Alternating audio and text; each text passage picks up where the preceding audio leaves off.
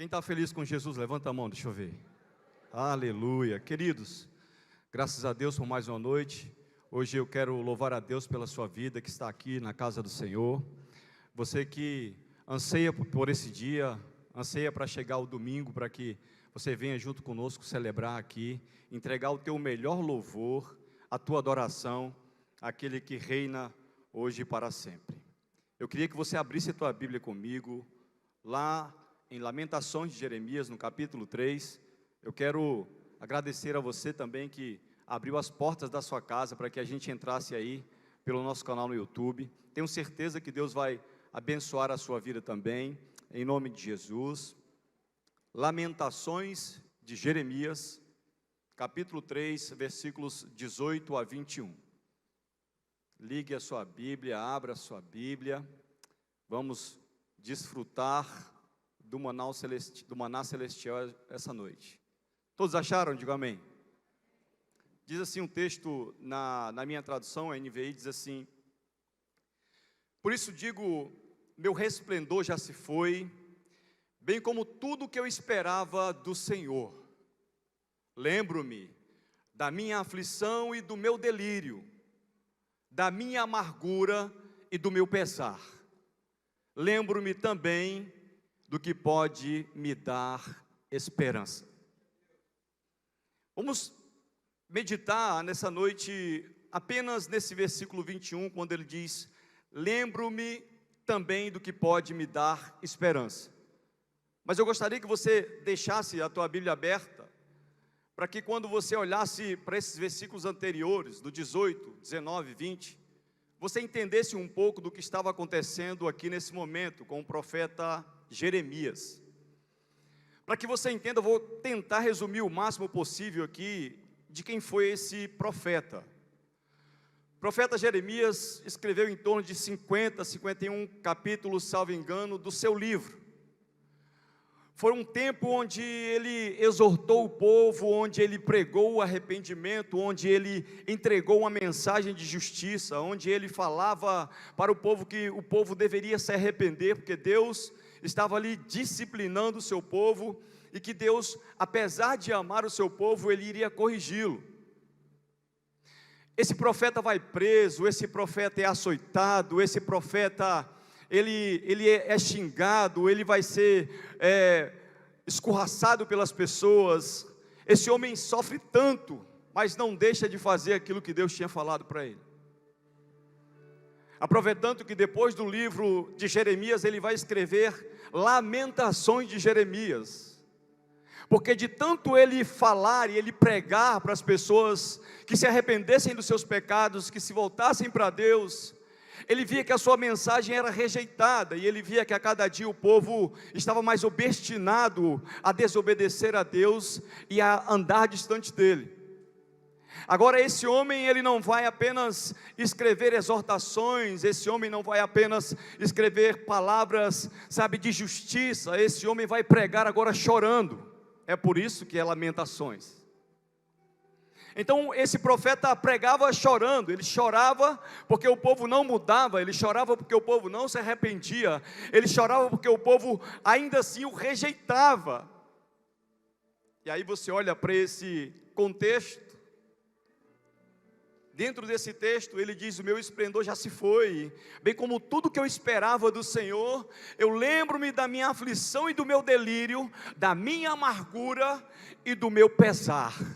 Agora o que eu acho mais interessante é que ele diz: lembro-me também do que pode me dar esperança. Eu quero falar com você nessa noite sobre o tema memórias. Olhe para o irmão que está do seu lado e diga: memórias. Pode ser mais forte, diga: memórias.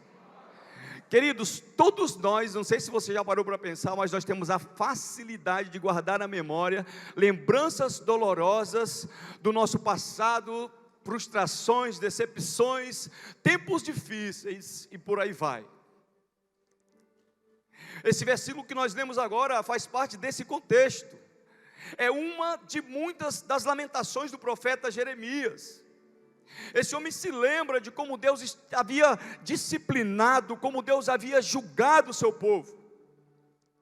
E para a gente começar a falar um pouco sobre memórias, é necessário a gente saber que a mente humana, ela passa por dois processos. O primeiro processo é o passado. O passado o passado é chamado de memória, é a capacidade que nós temos de guardar informações e fatos que aconteceram em nossas vidas. Todos nós temos um passado, seja ele bom ou ruim, seja ele vitorioso ou de derrotas, seja ele de alegrias ou de sofrimentos, mas todos nós carregamos um passado conosco. Muitas vezes eu já preguei para algumas pessoas dizendo: olha, esquece teu passado, sabe, abre mão do teu passado, sabe, tenta sofrer menos com o teu passado. Mas depois eu descobri que o nosso passado é muito importante. A nossa vida, ela é uma soma do nosso passado com o nosso presente, pastor João. É isso que vai dizer como vai ser o nosso futuro.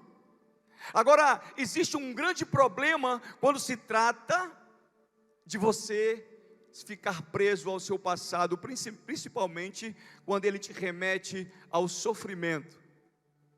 Então, as coisas boas e coisas ruins, elas são armazenadas na nossa mente. Lembranças de quando você era criança. Eu tenho um apelido, gente, que quando eu me lembrava até os meus 18 anos, quando eu me lembrava desse apelido, eu me endemoniava, gente.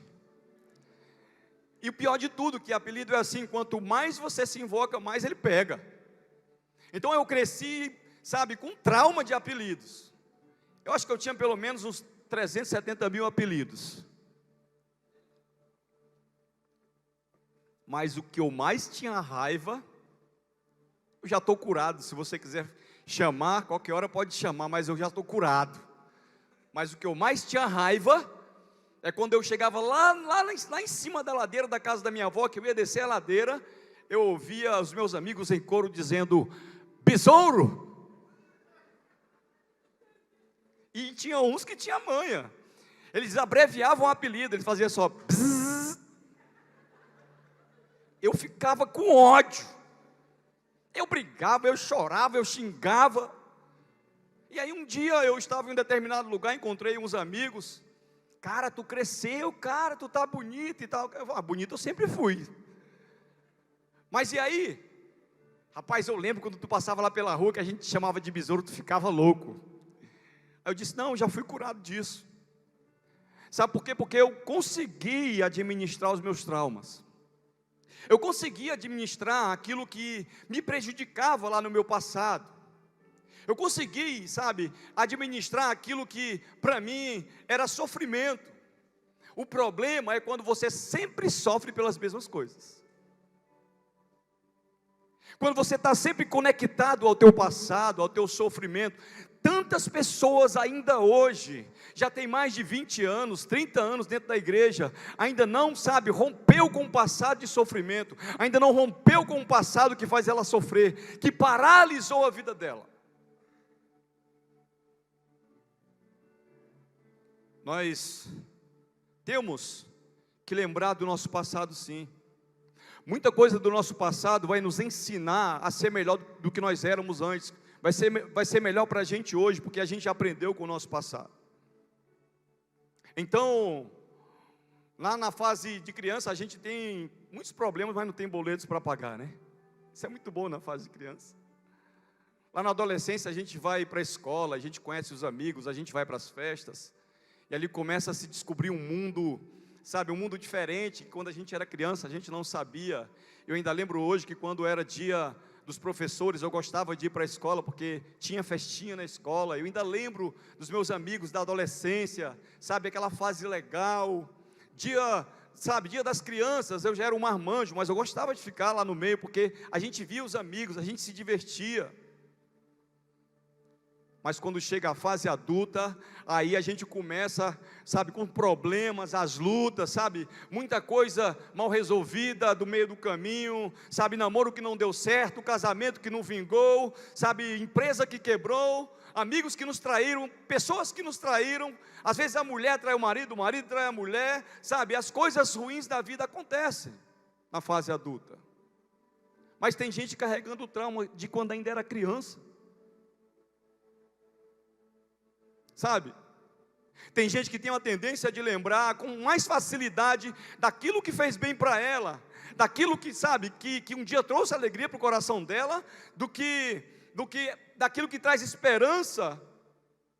Tem gente que tem uma facilidade de lembrar, sabe, do sofrimento, das angústias, das amarguras do passado, mais do que aquilo que ela viveu de feliz. A vida para ou não para, irmãos? Vamos participar comigo, a vida para ou não para, irmãos? A vida para. Então, eu conheço muita gente que se frustrou na vida, muita gente que sofreu na vida, muita gente que perdeu na vida, muita gente que, sabe, que foi traído e a vida virou sabe, um inferno, se destruiu, porque a pessoa não consegue mais se desvencilhar daquilo que aconteceu no passado. É a lembrança do passado caminhando junto no presente. Outro dia, eu estava conversando com um rapaz e ele foi e me disse: cara, eu tenho um trauma, eu carrego um trauma comigo, eu não quero mais me casar. Um cara novo, bonito, e ele me pediu um conselho. Ele falou: rapaz, o que é que eu faço? Eu não confio mais em ninguém. Na minha cabeça, eu até brinquei com ele, ele disse: na minha cabeça, eu disse, eu sei que ela colocou. Na minha cabeça ela vai me trair, a próxima pessoa que eu me relacionar, ela vai me trair. Aí eu disse: não, tira isso da tua cabeça, homem. O que eu faço? Eu digo: perdoa. Fraco não é quem não perdoa. Quem perdoa é forte. Perdoa, recomeça a tua vida, vai para frente. Ele disse: homem, quando eu lembro do que ela fez comigo, dói. E dói, é uma dor que eu não consigo, sabe, nem com remédio passa. Aí um dia, eu estava em casa assistindo um programa de televisão, geralmente era uma entrevista, acho que no domingo, e aí estava passando um cantor, acho que vocês devem conhecer, e é aquele cantor que canta aquela música Rita. Alguém conhece aí? Não, na igreja ninguém conhece. Não conhece não. O pessoal lá de fora conhece, o pessoal da Quadrangular, da Assembleia de Deus aqui, ninguém conhece.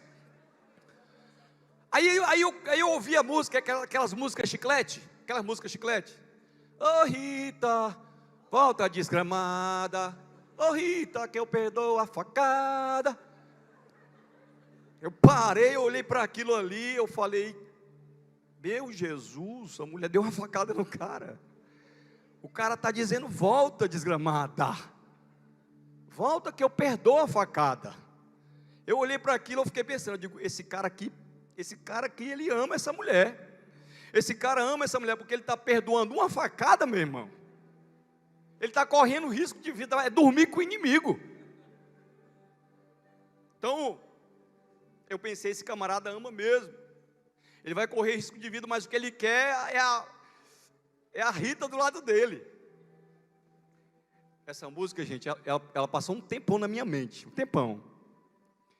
Às vezes eu ia orar, estava lá: ô Rita, volta desgrama. Eu digo: Senhor, tem misericórdia da minha vida.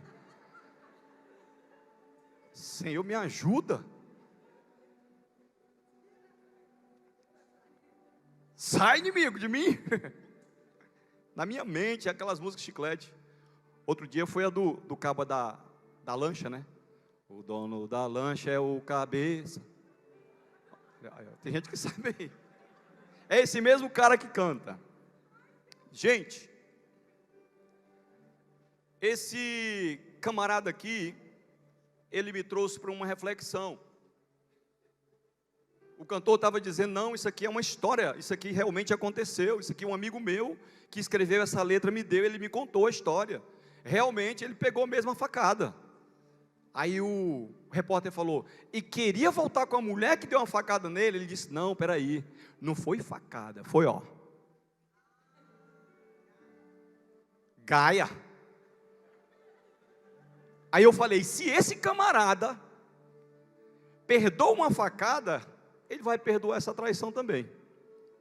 Na verdade, eu comecei a perceber que esse camarada, ele amava muito essa pessoa, porque o próprio Jesus disse que aquele que muito ama, muito perdoa. Agora, aquela pessoa que ama pouco, pouco perdoa. Então esse camarada estava dizendo: olha, independente do que você fez comigo, independente do mal que você me fez, eu te perdoo. E quando eu olho para uma pessoa que tem essa capacidade de perdoar, eu consigo ver Jesus nessa pessoa, mais do que alguém que dá um show no altar, com talento, cantando, ou tocando, ou pregando. Quando eu vejo uma pessoa que tem essa capacidade de perdoar, eu consigo ver Jesus nela. Porque Jesus, quando foi traído por Judas, ele disse: está amaldiçoado, desgraçado, vai para o inferno, você vai queimar no mármore do inferno, desgraçado, eu te amaldiçoo, tu, a tua descendência, até a tua 10ª geração. Jesus disse isso, irmãos. Quando Judas chegou e traiu ele com um beijo, eu prefiro aqueles inimigos que eu sei que não gostam de mim, do que aqueles que me abraçam e me beijam. Aí Jesus chega perto dele, ele dá um beijo em Jesus. Sabe o que Jesus fala para ele? Amigo, aqui viestes. Porque o mal que as pessoas faziam para Jesus não mudava quem ele era. Ele continuava sendo aquela pessoa que amava, aquela pessoa que perdoava, aquela pessoa que acreditava. Então, esse camarada aqui, queridos, ele me mostra que existe uma capacidade, que existe um poder no perdão. É o poder da restituição, é o poder da oportunidade, é o poder de mostrar para o outro que você acredita que ele pode mudar. Então, eu olhei, eu tirei uma lição dessa cena.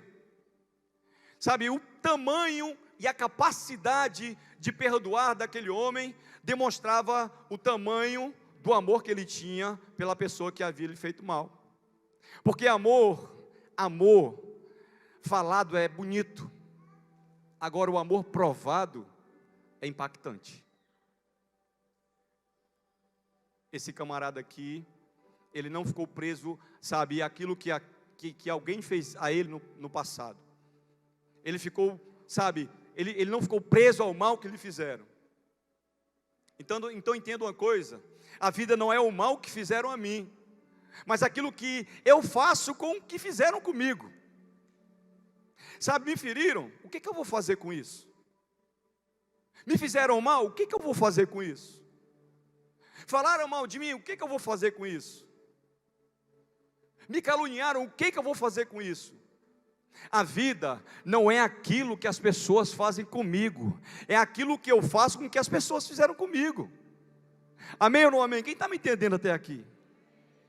Eu gosto muito, queridos, da tradução da Bíblia Almeida Revista e Corrigida, que diz assim: quero trazer à memória ao que pode me dar esperança. Sabe por quê? Porque quando você olha para o futuro, com uma visão cheia de esperança, você avança, você cresce, você produz, a sua vida se torna prazerosa. As pessoas que vivem presas ao passado, elas são pessoas amarguradas, elas são pessoas angustiadas, elas são pessoas tristes, elas são pessoas, sabe, que tóxicas, elas são pessoas que, sabe, elas adoecem o ambiente, as pessoas que ela convive, e ela adoece o ambiente onde ela está. Então, esse profeta que foi rejeitado, esse profeta que foi preso, esse profeta, sabe, que foi perseguido, esse profeta que muita gente, sabe, não gostava dele, tinha tudo para ser uma pessoa assim. Eu não tinha, irmãos. Ele tinha tudo para chegar para Deus e falar: Senhor, eu não vou continuar pregando para esse povo que não quer ouvir a minha mensagem. Senhor, eu não vou continuar fazendo aquilo que o Senhor me mandou, porque as pessoas não me aceitam, elas me rejeitam. Senhor, aí ele ia se vitimizar, porque tem pessoas que adoram isso.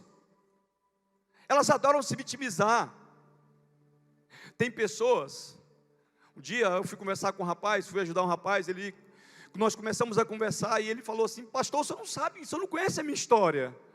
Geralmente as pessoas que têm problema com o passado, elas começam dizendo isso: você não conhece a minha história, você não sabe quem foi meu pai, você não sabe que eu não fui amado pela minha mãe, você não sabe que eu fui abusado na infância, você não sabe que eu perdi oportunidades, você não sabe que eu já fui, sabe, demitido de vários empregos, você não sabe que eu não dou certo na minha vida amorosa, você não sabe que eu, sabe, ela começa a se vitimizar.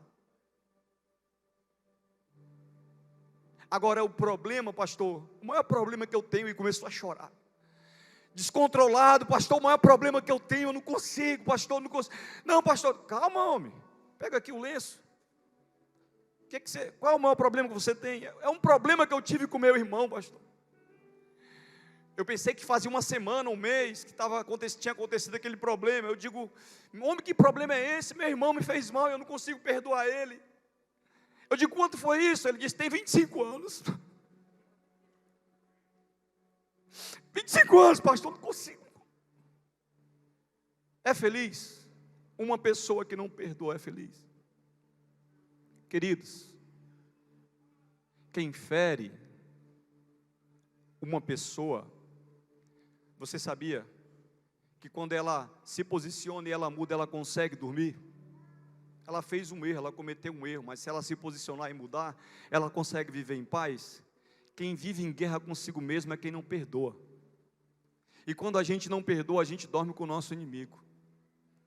A gente fica trazendo sentimentos de 10, de 15, de 20 anos, é o ressentimento. Aí a gente fica alimentando um sentimento de mágoa. O que é a mágoa? É água de esgoto, é má água. Então todas as vezes que você pensa em alguém que te fez mal e não consegue perdoar, a sua vida é que vai de mal a pior. Agora, eu acho legal quando ele diz, eu quero trazer à memória aquilo que me dá esperança. E aí a gente precisa saber o que é esperança. A esperança é uma confiante perseverança no futuro. A nossa esperança deve estar em Deus e não na nossa vida, como disse o apóstolo Paulo. Se a nossa esperança em Cristo se limita apenas a esta vida, nós somos os mais infelizes de todos os homens. 1 Coríntios capítulo 15, versículo 19. Essa tradução é Almeida Revista e Atualizada.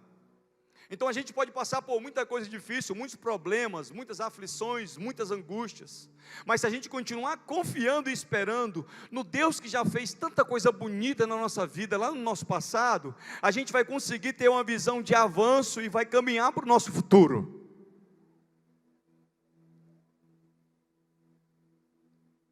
Se a gente olhar com esperança em Deus, não confiando em nós mesmos, não esperando do homem, não confiando no homem, sabe, achando que é o homem que vai, não, quem tem que se resolver somos nós. Nós já enfrentamos lutas na vida, e você lembra que nós perdemos algumas lutas, mas só que algumas pessoas aprendem, e outras pessoas só sofrem. No mínimo que nós devemos fazer com as nossas lutas, é aprender alguma lição boa com elas. Sabe, as lutas que você já enfrentou lá no passado com o Senhor, lutas que você disse, Senhor, se o Senhor não for comigo, se o Senhor não me ajudar a vencer essa guerra, Senhor, eu não vou conseguir. Senhor, eu vou colocar fim na minha vida, eu vou embora desse estado, eu vou embora desse país, Senhor, eu não vou conseguir. De repente Deus te faz vencer, e aquilo que era uma ferida se torna uma cicatriz. Aquilo que era uma luta se torna para você uma vitória. Aquilo que era uma vergonha se torna para você um troféu, porque você lutou com o Senhor, porque você venceu com o Senhor. Tem uma frase do John Maxwell que diz, a vida é 10% do que acontece comigo, e 90% de como eu reajo a isso.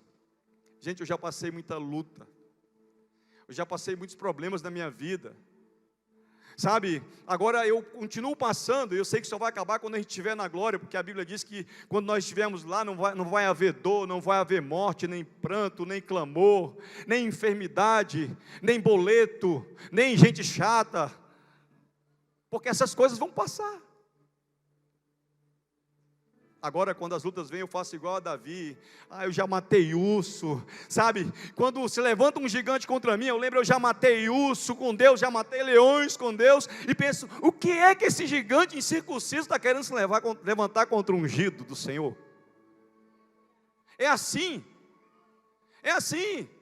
todos nós vamos enfrentar as nossas lutas, as agruras da vida, os problemas, mas nós temos que entender que o Senhor lá atrás já nos fez vencer muitas guerras. Agora nós temos que trazer à memória aquilo que nos dá esperança.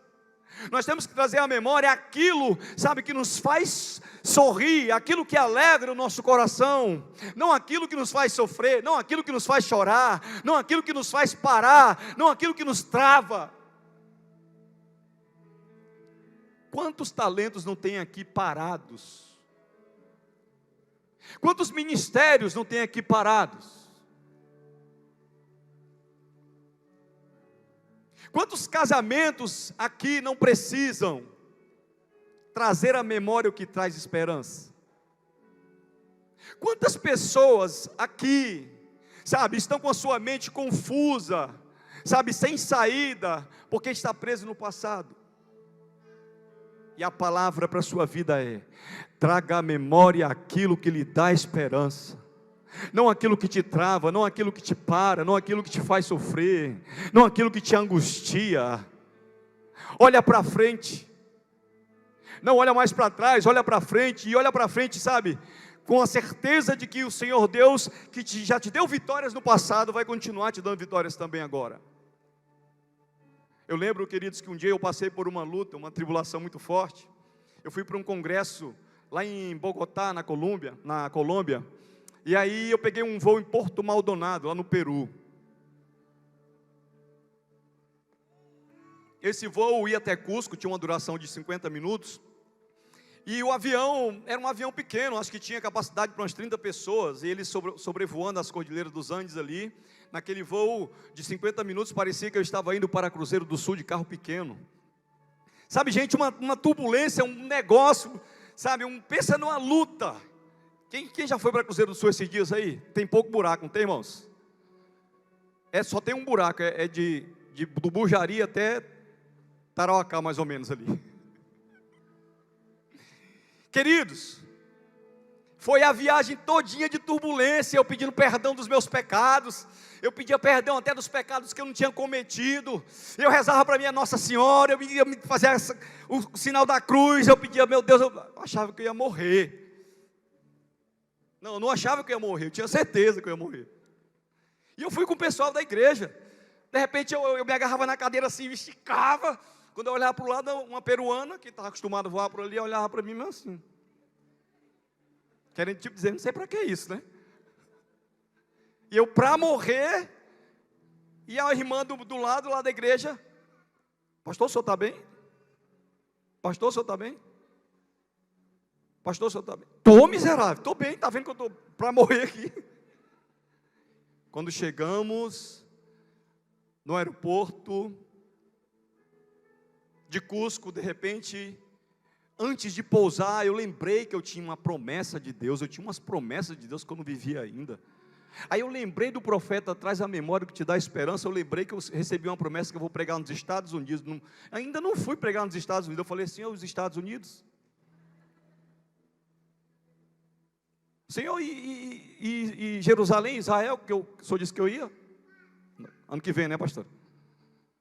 Eu disse, eu não fui ainda, e quando pensa que não, eu ouvi aquela voz, pasajeros, estamos aterrissando em aeropuerto de Cusco. Demos graças a Deus por estar vivos, e sigamos viagem. Ai, obrigado, Jesus. Obrigado, Jesus. Obrigado, Jesus. Na porta da aeronave, pessoal, que esse doido aí. Eu lembrei que tinha promessa que eu ainda não vivi, que eu ainda vou viver. Deixa eu te falar uma coisa. Você não vai morrer antes de Deus cumprir as promessas que Ele fez para a sua vida. Muita gente morreu na pandemia, tem muita gente morrendo ainda hoje. Você está sadio, saudável, está respirando, está de pé, tem uma casa, você tem um trabalho, tem uma família, tem saúde, está aqui hoje celebrando a Deus nessa igreja. E isso para mim é muito motivo de agradecer, de exaltar e glorificar esse Deus que te poupou, esse Deus que te deu vida, esse Deus que te exaltou, esse Deus que te tirou da depressão, da tristeza, dos psicotrópicos, esse Deus que te perdoou, esse Deus que vai te levar para a eternidade, mas não vai te levar sem antes cumprir as promessas que Ele fez para a tua vida, em nome de Jesus. Se esse Deus é digno de palmas, se esse Deus é digno de louvor, se esse Deus é digno de exaltação, aplauda Ele bem forte, em nome de Jesus.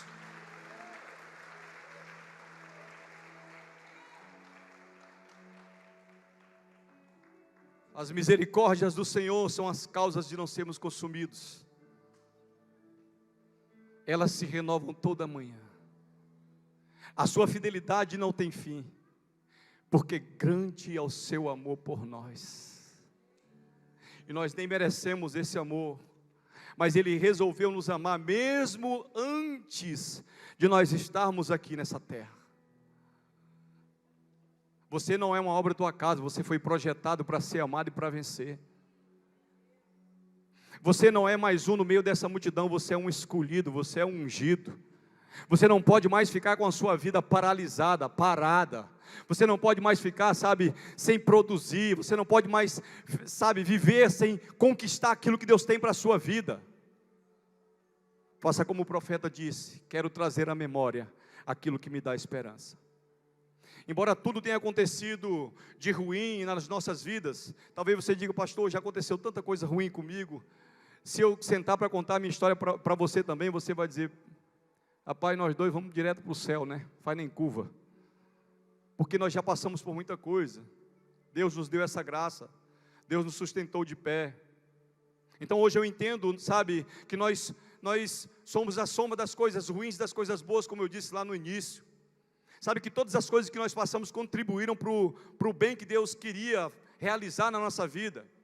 Romanos capítulo 8, versículo 28, a Bíblia diz: sabemos que todas as coisas cooperam para o bem daqueles que amam a Deus e daqueles que são chamados segundo o seu propósito. Não são apenas as coisas boas, não são apenas algumas coisas. As coisas boas, as coisas ruins, também contribuem e cooperam para o nosso bem, queridos. Talvez hoje você esteja sim vivendo esse momento, enfrentando coisas boas, mas também você pode estar passando por coisas ruins. Para a gente continuar um pouco mais falando sobre memória, eu quero que esse versículo fique fixado na sua mente. Eu quero trazer à memória aquilo que me dá esperança. Segundo a neurociência, existem 3 tipos de memória. Eu quero falar isso aqui de modo muito rápido para a gente caminhar para o final. A primeira memória é a memória imediata operacional. Essa memória lembra a gente de como abrir uma porta, de como acender ou apagar a luz. Ela nos ajuda a realizar tarefas de forma rápida. A segunda memória é de curto prazo. Ela tem a ver com a realidade da nossa vida. Ela fica na nossa mente por algumas horas e está ligada ao que estamos fazendo agora. Tipo, agora eu estou pregando. Talvez eu lembre daqui a 2, 3 dias como foi o culto, com quem eu falei, mas passando o tempo, a gente já não consegue lembrar. Então, ela se refere ao que eu estou fazendo agora. Eu estou pregando e você está aqui, está me ouvindo. Então, agora eu quero falar da memória que o profeta estava falando. A memória a longo prazo. Esses registros são os que ficam dias, meses e anos acumulados em nossa mente. É dessa memória aqui que o profeta está falando. Eu quero trazer à memória aquilo que me dá esperança e não aquilo que me impede de ser feliz. Então é baseado nesse texto que nós precisamos entender uma coisa: os registros que estão na nossa memória podem impulsionar a gente ou pode parar a gente, que é aquilo que eu venho falando desde o início. Imagine se Moisés fosse pastorear o povo de Deus, pensando de quando ele morava lá no Egito, de quando ele matou um homem. Será que ele conseguiria fazer a obra de Deus em paz? Imagine se Abraão tivesse que sair da casa do seu pai, lembrando de tudo que ele tinha, de tudo que ele ia deixando, lembrando da sua família. Será que ele conseguiria fazer tudo aquilo que ele teria que fazer mais na frente? Ou se ele pensasse nas feridas que causaram a ele na casa do seu pai, será que ele conseguiria realizar aquilo? Se José, o governador do Egito, tivesse que governar o Egito, sem passar por aquele tratamento de esquecimento, e de perdão, de cura, para que ele pudesse ser governador, será que ele teria conseguido? José foi traído pelos próprios irmãos. José foi vendido como escravo, a história você já sabe. Foi preso, acusado de estupro. José foi esquecido, dentro da prisão. Será que José não tinha um motivozinho para dizer: como é que eu vou ter um futuro se eu tenho uma alma ferida? Como é que eu vou ter um futuro se eu sou uma pessoa que eu não consigo perdoar o mal que me fizeram? Como é que eu vou ter paz se eu não consigo caminhar para frente? A Bíblia diz que chegou um dia que Deus deu 2 filhos para José. Manassés e Efraim. Manassés significa Deus me fez esquecer da dor da casa do meu pai. E Efraim significa Deus me fez prosperar na terra do meu sofrimento. Então você percebe que para que a gente, consiga romper, consiga vencer, a gente precisa esquecer. Para a gente prosperar, a gente precisa perdoar. Então José é um grande exemplo de alguém que foi impulsionado porque ele trouxe à sua memória aquilo que trazia esperança. E como é que eu faço isso, pastor Ritz? Como é que eu consigo fazer isso? Só tem um jeito, é esquecer as coisas ruins que te fizeram e te trazer à memória as coisas boas que trazem esperança. Mas e aí você vai me perguntar, pastor Ritz, eu vou ter amnésia? Não, não é amnésia. Não é amnésia, querido. É contar com a ajuda do Espírito Santo para que Ele te ajude. Existem coisas na nossa vida que nós nunca vamos conseguir sozinho, é contar com o Espírito Santo. O apóstolo Paulo diz em Filipenses, capítulo 3, ele diz: esquecendo-me das coisas que para trás ficam, avanço para aquelas que estão diante de mim e prossigo para o alvo. Ele tem um alvo, se ele quer avançar, ele tem que deixar de olhar para trás. E se ele vai olhar para trás, ele tem que esquecer as coisas que ficaram para trás. É lembrar daquilo que pode travar a vida dele e seguir em frente. Agora, infelizmente, algumas pessoas não conseguem fazer isso. Não, eu estou esperando, eu estou orando e estou jejuando, estou fazendo uma campanha de santificação e estou esperando um querubins descer no meu quarto e falar comigo. Ou um surubim, porque tem gente que tem essas visões. O pastor Marquinhos até fala: eu já sou crente há quase 30 anos, nunca vi um anjo, nunca vi um demônio. Eu tenho amigo que já viu o anjo, eu tenho amigo que já viu o demônio. Tem gente que já foi no céu 35 vezes, no inferno 390. Eu nunca tive essas experiências. Mas nós temos que fazer como o apóstolo Paulo diz. Você quer romper com o teu passado, com aquilo que te fazia sofrer? Você quer caminhar para frente? Você quer ser alguém bem sucedido? Você quer ser alguém que vai glorificar o nome do Senhor pelo que Ele já fez na sua vida? Esquece das coisas que ficaram para trás e avança para aquelas que estão diante de ti, em nome de Jesus. Muita gente foi ferida, muitas pessoas passaram pela sua vida e te feriram, mas você não deve ficar preso a isso tudo que aconteceu com você lá no passado. Na sua vida sentimental, na sua vida ministerial, na sua vida profissional, você precisa entender que o que Deus tem para você é agora. Agora. A vida é um sopro, gente. A vida é um sopro. Talvez nós estejamos aqui, mas alguém daqui talvez não possa estar no próximo culto. E nem aproveitou a vida porque ficou preso ao passado. Aí você vai começar a lembrar, que você precisa agradecer a Deus, e nunca você deve esquecer de 3 coisas. Eu quero já ir para o final. A primeira coisa é: traga à memória quem você era e quem você é hoje. Quem você era há 10 anos atrás, se você não conhecia Jesus. Quem você é hoje, depois que você encontrou com Cristo. Onde você estava, o que você estava passando, o que você estava fazendo. O que você estava planejando ou executando se você não estivesse com Cristo agora. Talvez hoje você é alguém feliz, bem casado, uma pessoa cheia de Deus, uma pessoa que chega perto das pessoas e as pessoas sentem que você tem Deus, que é cheio do Espírito Santo, que tem uma palavra de fé. Mas há 10 anos atrás, há 15 anos atrás, quem você era? Se tem uma coisa que você não deve esquecer do teu passado e deve trazer à memória, quem você era e quem você é hoje. A segunda coisa é testemunho que Deus fez por você. Eu tenho muito medo, queridos, eu estava conversando hoje com uma pessoa, eu tenho muito medo das próximas gerações não conhecerem a Jesus se depender de algumas pessoas. As pessoas estão vindo para a igreja, nada tem acontecido com elas. As pessoas têm recebido informações, elas têm melhorado seus resultados profissionais, elas têm melhorado seu comportamento, mas as pessoas não têm tido experiências do alto com Deus. Então o meu maior medo é que as outras próximas gerações, os nossos netos não conheçam a Jesus, dependendo de alguns de nós. Então nós nunca devemos esquecer de onde Deus nos tirou. Se eu fosse perguntar para algumas pessoas ali fora, quando eu estivesse saindo, De onde foi que Deus te tirou quando você começou a servir a Jesus? Aí a pessoa vai me dizer, Ele me tirou do câncer. De onde foi que Deus te tirou quando você começou a servir a Jesus, ou depois que você serviu a Jesus? Aí Ele vai dizer, Ele me tirou do leito da morte. Outros vão dizer, Ele me livrou dos vícios. Outros vão dizer, Ele restaurou o meu casamento, sabe, Ele me fez bem próspero nos meus negócios. Depois que eu conheci Jesus, a minha vida se tornou outra. Então a segunda coisa que você não pode nunca esquecer, é de onde Deus te tirou. Agora, eu quero finalizar essa mensagem fazendo algumas aplicações, e eu queria que você ficasse de pé nesse momento,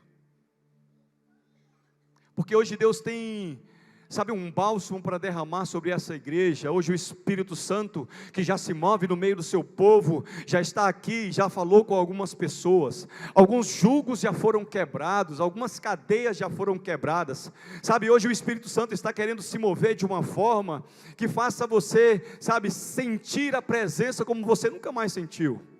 Agora isso depende de você.